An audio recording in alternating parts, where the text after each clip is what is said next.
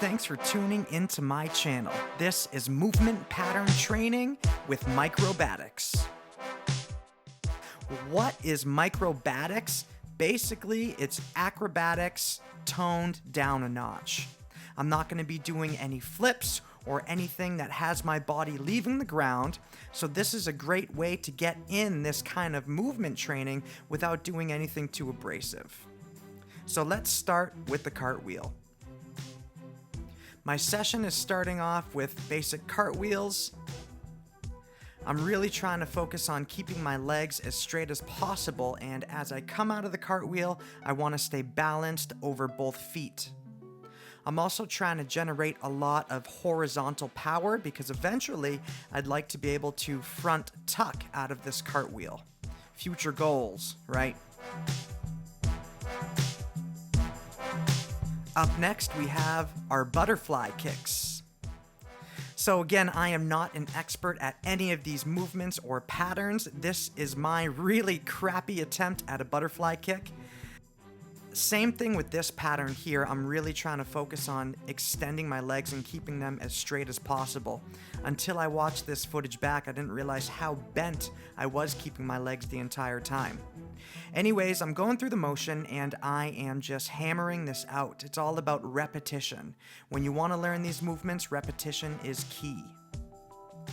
Now, I don't exactly know what to call this movement here. It looks like the beginning of a 540 kick, but I'm not quite landing on the right leg, I think. Anyways, it's just another fun pattern to try. As there you could see, I was bottlenecking a little bit, so meaning my brain processing power couldn't handle my movement ability, so I had to stop and think about it. But this is a really fun pattern to try. I really like the way that this one feels.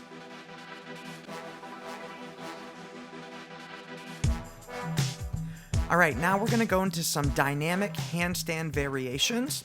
So the first thing you're seeing, this is called a square cartwheel. I'm keeping my body straight to the positioning of this pattern, and I'm trying to start on one foot. I'll bring down the same side hand, then go to the other side hand, then back to the foot. So you can see how it makes a square on the ground. So now I'm actually going into this stepping pattern. It starts with that square pattern, but you can see how I go back to my original hand, and it looks like basically walking on your hands. This is one way to begin that body weight shifting to teach you how to walk onto your hands. And from there, I progressed into 360 handstands. It's basically a continuation of walking on your hands and rotating with your body.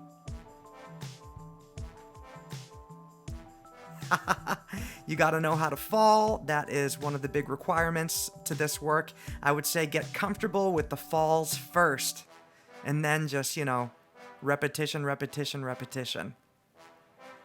Again, I'm just trying to focus on keeping my body weight centered over my hands and shifting my body weight from hand to hand.